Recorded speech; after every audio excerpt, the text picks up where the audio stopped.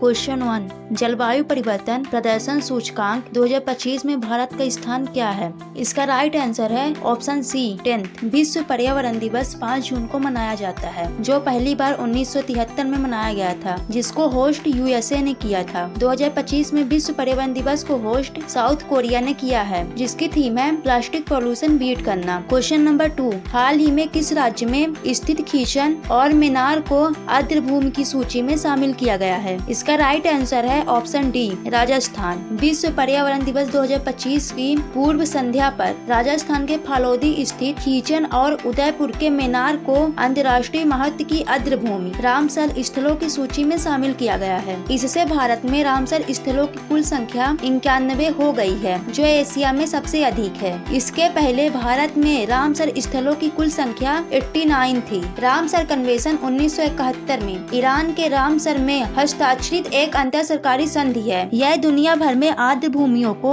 इस तरह नामित करके उनके संरक्षण और सुरक्षा को प्रोत्साहित करता है। रामसर स्थलों को अंतर्राष्ट्रीय महत्व की आर्द्र भूमि के रूप में भी जाना जाता है। क्वेश्चन 3, हाल ही में एक पेड़ माँ के नाम 2.0 अभियान की शुरुआत किसने की है? इसका राइट आंसर है ऑप्शन बी धर्मेंद्र प्रधान। केंद्रीय शिक्षा मंत्री धर्मेंद्र प्रधान ने विश्व पर्यावरण दिवस के अवसर पर नई दिल्ली में एक पेड़ माँ के नाम 2.0 अभियान का शुभारंभ किया है। क्वेश्चन 4, हाल ही में एम्स दिल्ली ने स्वास्थ्य सेवा में कृत्रिम बुद्धिमत्ता के लिए उत्कृष्टता केंद्र स्थापित करने हेतु किसी संस्थान के साथ समझौता ज्ञापन पर हस्ताक्षर किए हैं। इसका राइट आंसर है option D IIT Delhi. Akhil Bharatiya Ayurvigyan संस्थान दिल्ली और भारतीय प्रौद्योगिकी संस्थान IIT दिल्ली ने हाल ही में स्वास्थ्य सेवा में कृत्रिम बुद्धिमत्ता के लिए उत्कृष्टता केंद्र स्थापित करने हेतु एक समझौता ज्ञापन पर हस्ताक्षर किए हैं। क्वेश्चन 5, हाल ही में प्रधानमंत्री संग्रहालय एवं पुस्तकालय का निदेशक किसे नियुक्त किया गया है? इसका राइट आंसर है ऑप्शन सी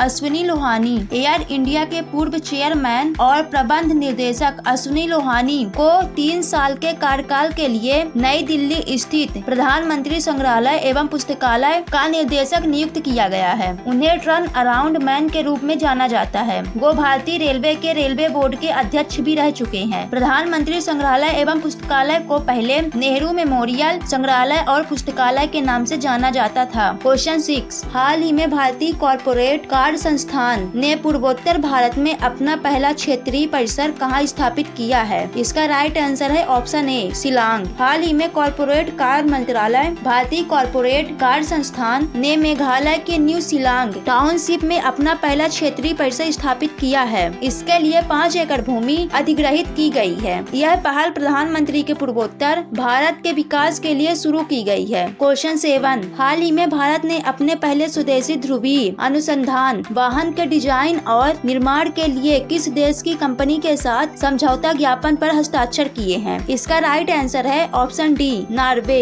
भारत की कोलकाता स्थित garden reach ship builders and engineers limited ने नॉर्वे की कंपनी कोंडसबर्ग के साथ मिलकर भारत में पहले स्वदेशी ध्रुवीय अनुसंधान वाहन के डिजाइन और निर्माण के लिए समझौता ज्ञापन पर हस्ताक्षर किए हैं। यह समझौता ओस्लो नॉर्वे में आयोजित नॉर्थ शिपिंग 2025 समुद्री व्यापार मेले के दौरान हुआ। PRV एक जहाज है जो ध्रुवीय क्षेत्रों, उत्तरी और दक्षिणी ध्रुवों के आसपास के क्षेत्रों में अनुसंधान के लिए एक मंच के रूप में कार्य करता है। क्वेश्चन 8, हाल ही में नरेंद्र मोदी चिनाब ब्रिज उद्घाटन कहाँ करेंगे? इसका राइट आंसर है ऑप्शन सी जम्मू कश्मीर। प्रधानमंत्री 6 जून 2025 को जम्मू कश्मीर के रियासी जिले में स्थित चिनाब ब्रिज का उद्घाटन करेंगे। यह पुल चिनाब नदी पर बना है और यह दुनिया का सबसे ऊंचा रेलवे आर्च ब्रिज है, जिसकी ऊंचाई 359 मीटर है। क्वेश्चन 9, हाल ही में लद्दाख की स्वायत्त पहाड़ी विकास परिषदों में महिलाओं के लिए कितनी सीटें आरक्षित है? इसका राइट आंसर है ऑप्शन सी